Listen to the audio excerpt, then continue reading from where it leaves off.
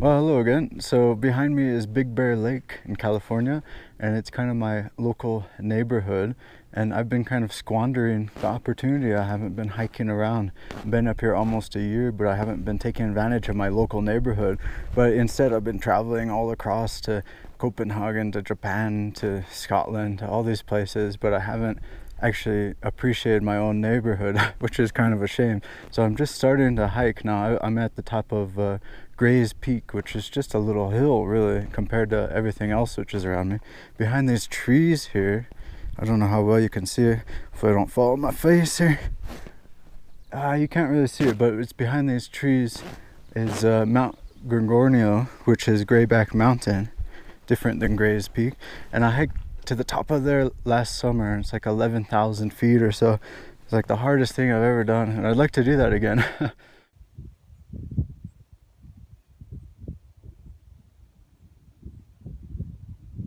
Yeah, so this is just a really quick video.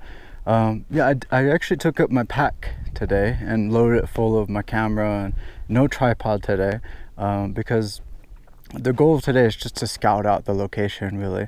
I just want to see what's up here, what can I see, and what's important to note is actually where does the sun rise and where does it set, because it can make it could be a deciding factor. Is it a good sunset location, good sunrise location, or maybe it's neither. Maybe it's just a good place to come and see some local birds or some boulders, which are really interesting here. And these could make some interesting shots of their own, I'm sure.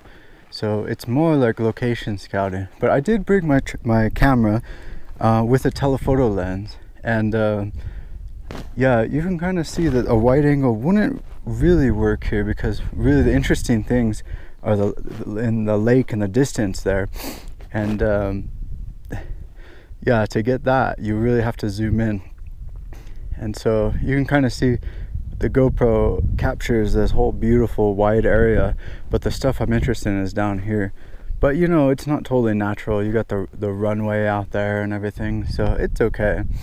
But yeah, what's really useful for figuring out sunrise and sunset, other than just looking at the sun's position in the sky, more accurate way, download an app called the Photographer's Ephemeris, and you could also run it on your desktop in your browser, and you could actually plot a location. So it can find my current location right where I am now, and then pinpoint all of the relevant times. Where will the moon set, where will it rise, where will the sun set, where will it rise, and all that. So I kind of figured out the sun is gonna rise back behind these little this little hills here to the left of the runway out here.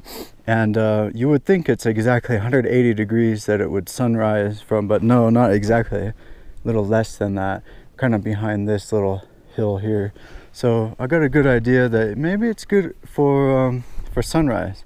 But you know, I've taken a lot of shots way down at the other end of the lake there, and I have seen some beautiful pinks in the sky in this direction. So at sunset, even though the sun is setting behind me, it might cast a really nice glow over this area. So I'm not sure, I'll have to come up at a different time.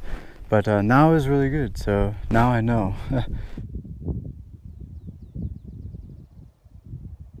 My friend is always telling me that I should inject more philosophy into my photography videos, and so I guess no one has really done that before, sort of the philosophy of photography, or philosophy through photography, which could be really interesting, I think, and it sort of puts my degree to use, where it's been a bit stagnant for the last 10 years or so. Now I'm actually putting it to some use. But I think the good philosophical tip for today is basically appreciate what you have. And in this case, how that applies to this is appreciate your local nature. So many little hiking trails, trailheads all around here.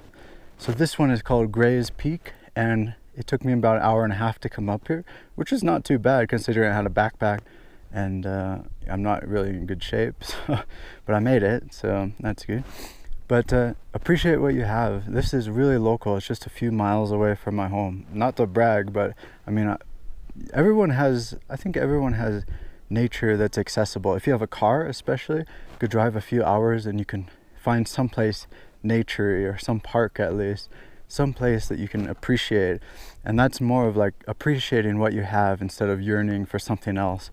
And I need to sort of learn that myself, because I've been traveling the last few months all around the world, and it's been beautiful, it's been spectacular, very expensive.